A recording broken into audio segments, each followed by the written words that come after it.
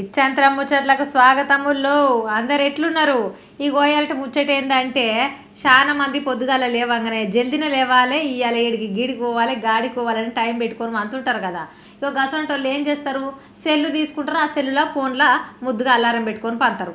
Alarm రాగానే గిర్ర మనం మొత్తుకోగానే పొద్దుగాలు లేస్తారు. ఇక కానీ గట్ల అల్లారం పెట్టుకొని పండుకుంటే గుండెకు పెద్ద గండి పడుతున్నది అట. చూడుండ్రి మరి ఏమైంది అని అంటారా?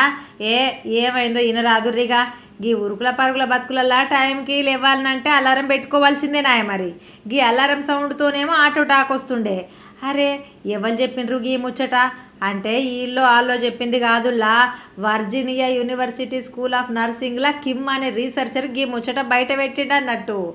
ఎవరైతే అల్లారం పెట్టుకొని మంతారో గాళ్ళకంట బీపీ పెరుగుడు 74% ఎక్కువ ఉన్నదట నార్మల్ వాళ్ళకంటే.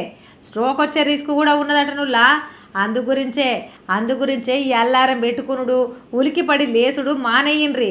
పద్ధతిగా దినాము టైంకు వండుకోండ్రి, పొద్దుగాల మంచిగా లేవుండ్రి.